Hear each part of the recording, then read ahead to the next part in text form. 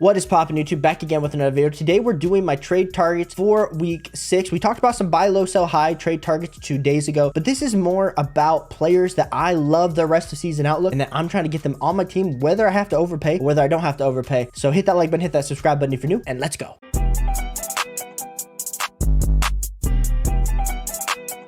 So my first guy I am trading for everywhere is my homeboy from the Ohio State University, Chris Olave. Chris Olave for the New Orleans Saints. He had an amazing rookie season. And this season, you drafted Chris Olave in the 2nd round. And it's been kind of up and down. When we're looking at his totals. So Chris Olave has been dealing with a toe issue. So I've even seen trades in the YouTube comments and when we do the live streams of you guys talking about essentially Chris Olave to the extent has kind of almost become like a throw-in type candidate in some of these trades. And so I'm trying to get Chris Olave ever because we saw the high points per game marks that he put up. Besides him dealing with this injury with Derek Carr, dealing with this injury, it's kind of been really bad. But let's talk about some players that I think you could trade, go get Chris Olave. I think you could go trade Ramondre to get Chris Olave. I think you could trade DK Metcalf. I think you could even maybe trade someone like a Rashad White to go get Chris Olave because I know whoever has Chris Olave might be feeling a little bit down on themselves, but I absolutely love Chris Olave. I love the rest of season output. I still have him as a top 20 wide receiver rest of season. I think the upside's there. Unlike Garrett Wilson, who lost Aaron Rodgers and now we're bundled with Zach Wilson, hoping that he can just maintain high-end wide receiver 2 production when you drafted him as your wide receiver 1. Chris Olave, same thing. The only difference is his situation is essentially the same because we are banking on the fact that he gets back to being healthy and actually can emerge. So I actually love Chris Olave a lot more than I love Garrett Wilson rest of the season, which is crazy to say because I absolutely love Garrett Wilson. Feels bad that we had to deal with what happened with Garrett Wilson. But Chris Olave is my first trade target that I'm honestly targeting in a lot of my leagues. I'm messaging my friends,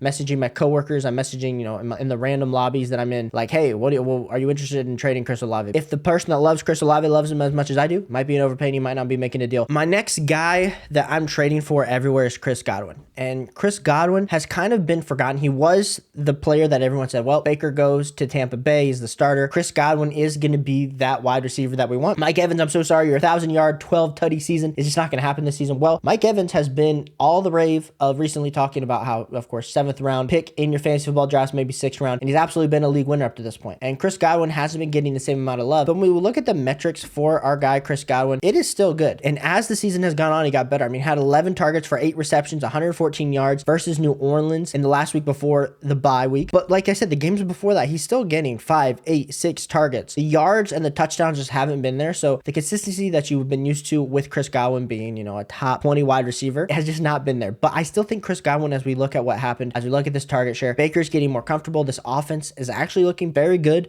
under Baker with Mike Evans, with Chris Godwin. So definitely go target Chris Godwin if you haven't. Go see what that's going to take because I think there's guys, like if I could offer Nico Collins, who's all the rave right now, and go get Chris Godwin, that's a move that I'm absolutely liking to do. And especially with some of these high-end waiver wire ads that you might have had, like maybe offer something like that, a wide receiver, to go get Chris Godwin. And I know a lot of consensus has Chris Godwin super low. Chris Godwin is a top 25 wide receiver rest of season. Like these are some guys that have been traded or are being traded close for Chris Godwin, like Adam Thielen, Tank Dell, Drake London, Jacoby Myers, Terry McLaurin, any of those guys, boom, Chris Godwin, welcome to the squad. Those are trades that I'm trying to make to get Chris Godwin because I still like the upside that Chris Godwin does possess, even though it's not necessarily like a buy low. I think it's just you're paying appropriate value, and I think Chris Godwin's value is going to go up, which I guess could be a buy low. But I do like Chrissy boy Godwin. My next trade target is Tyler Lockett. We haven't seen that absolute boom game from Tyler Lockett yet this season. And I know a lot of people are getting worried. A lot of people are like, do I even start Tyler Lockett on a week-to-week basis? Those are some valid questions that are arising with Tyler Lockett. But the thing that is encouraging but also sad, because we were on the channel, we were big JSN fans, but JSN is like the wide receiver 3, wide receiver 4 getting pushed by Bobo for a lot of the touches. So Tyler Lockett's firmly entrenched in the wide receiver 2 spot, but he hasn't had that big 35, 40 point fantasy football game that we're so accustomed to seeing that really makes Tyler Lockett the best boom bust type candidate out there. It's the Mike Evans effect, but to the extreme, and Tyler Lockett's just a smaller version of Mike Evans. But I think Tyler Lockett, we are getting close to that big boom week. Is that going to happen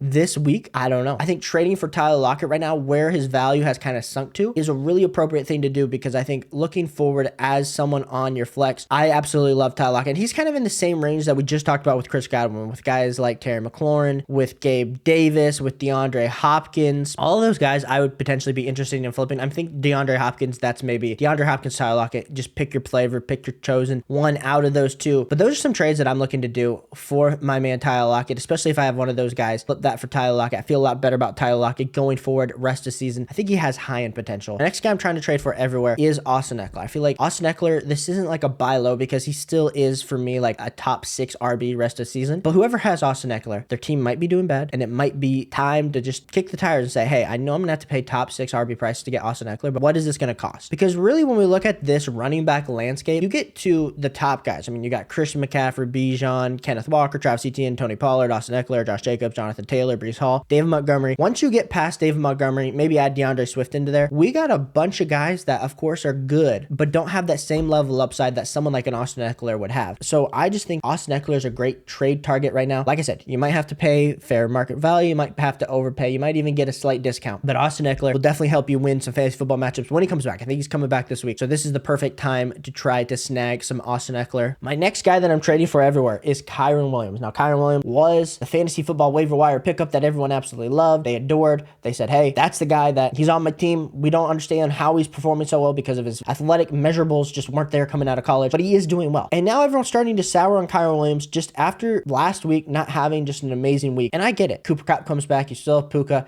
They're throwing the ball a ton. But when they get in the red zone, it's still the Kyren Williams show. They still traded away Cam Akers because they were that confident in what they saw from Kyren Williams. Now, Kyren Williams, rest of season for me, is a top 20 running back. Is he top 12? No, he's not. But here are some players around him that I would be willing to trade, go get Kyren Williams. I would be willing to trade James Cook for Kyren Williams straight up. Give me Kyren Williams. If I could trade Ramondre Stevenson and get Kyren Williams, that's something I'd be willing to do. Aaron Jones for Kyren Williams, that's something I'm willing to do. And then even if somehow you could throw Dameon Pierce in a piece and go get Kyren Williams, that is also something I'm willing to do. I think Kyren Williams, the upside that he possesses is enough to be league winning towards the end. I know he's looking like a league winning waiver wire pickup, but I think this is at the point where we have to look at him as a league winning running back. Go address that. Go pick him up because like we said, this running back landscape is so dire. Even there's guys ahead of Kyren Williams in my rankings where I'm just like, I think I might take Kyren Williams over some of those guys, or I could talk myself into it on the given day. Kyren Williams is another trade target that I would be targeting. My next trade target that I've been really targeting is George Kittle. Now, George Kittle has this amazing 3-touchy game, looking like the hat trick, but the tight end landscape is just so hard. I mean, you're not able to trade for Travis Kelce. You're not able to trade for TJ Hawkinson, Mark Andrews without giving up significant value. Sam Laporta's kind of getting on the cusp. Some people have asked questions like, do I take T. Higgins or Sam Laporta rest of the season in the live streams? And